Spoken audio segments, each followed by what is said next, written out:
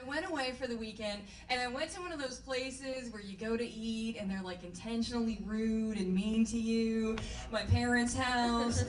That was so fun. And my parents, they got me the worst gifts for my birthday. Like, not to be ungrateful, okay, but this year, my parents, for my birthday, got me a gym membership and a scale. Yeah.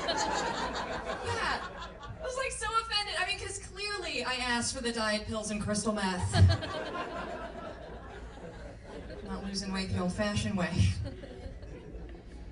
One of the things I got this year, I got a gift certificate for a professional massage. And I don't know if you guys have ever done this or not, but it's a little weird because you have to get like completely naked in front of a total stranger. And the whole time, I'm just like, God, this is so awkward. Because I mean, normally there's like alcohol and Craigslist involved in this little transaction. And I'm the one getting paid. It's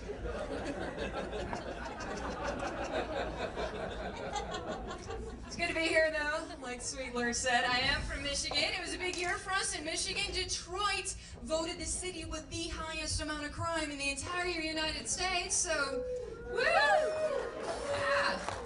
Clap it up for homicide, that's right. But it's kind of sad because they're always playing all these ads to try to entice out-of-towners to move to Detroit. And one of the reasons that they gave was that our downtown ice rink is bigger than the one in Rockefeller Center in New York City. Ooh. Like, that doesn't make you guys want to pack up your shit and move. I don't know what does. Sure, we have no jobs, the weather sucks, and, well, you might get stabbed in the face, but damn it, you can skate. Do a triple sow cow while you bleed, come on. It's good to be here. Last weekend I was over in Windsor, Canada, and I was at the casino, and I love going to casinos because where else can you go and see somebody on an oxygen tank still smoking 3 cigarettes at the same time? Love that.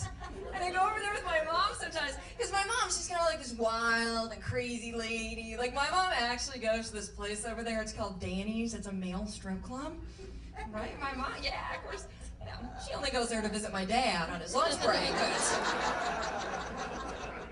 He's like the only one wearing a G-string, black socks, and sandals. So it's good to be here. I love doing stand-up comedy because I've gotten to meet a lot of really cool people doing comedy. A couple of weird ones though. Like I was doing the show not too long ago. After the show, there's a short guy comes walking right up to me and he's like, "Hey, you're a tall drink of water." Okay. Like, what do you say back to that? Like, ooh, thanks. You're a short little juice box. Just want to squeeze you. Your little Capri Sun. So when I was driving here today, I was listening to a little rap music, because I know I may not look like it, but I'm like a hardcore gangsta biatch, and don't let the outfit from the Gap fool ya. And I heard by far the most touching line in rap music today was by 50 Cent. If you guys know the words, feel free to sing along. Went a little something like this. Girl, I love you like a fat kid loves cake. Aww.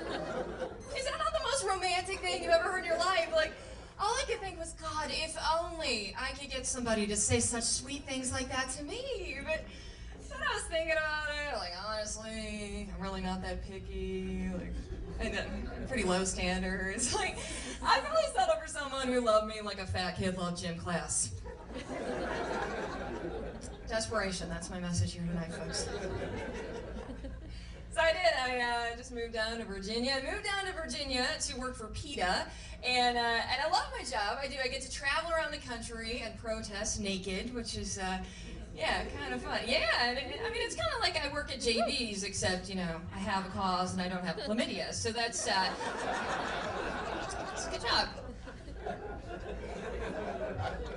People are vegetarian at PETA. They have all kinds of vegetarian stuff. I saw this. They now have on the market vegetarian bondage gear. Yes, you can get like all your S&M whips and harnesses and all that stuff, but not made out of leather and animal skin in order not to be mean to the animal. And like, I think that's awesome, you know, because it is so important to be compassionate to animals when you're beating the shit out of somebody. Gotta use the ball gag made out of tofu instead.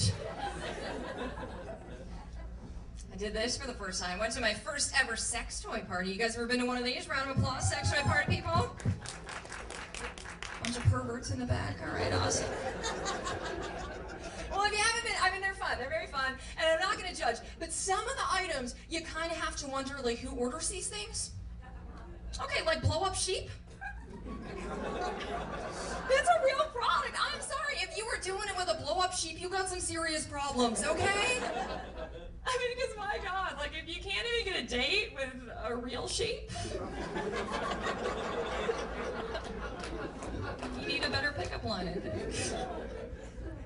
There's crazy products everywhere. I was watching this one show on HBO. It's called Real Sex. I don't know if you guys have ever seen this show, but you want to see the crazy products, they got them. Like, they had this one thing on there. It was called a real doll. Basically what it is it's like a blow-up doll, but it's for rich people, okay? It weighs as much as a human. It's got real human hair, and it's made of silicone, right? Well, if that's not real enough, the maker of the doll wants to make the doll even more real, and he wants to make them talk. So when you use the doll and hit certain areas, they'll say things like, ooh, yeah. Oh, God. I know, I was like, what? Like, I'm thinking if he really wants to make these dolls like real women, he should have them say things like, no, not there, or are you done yet?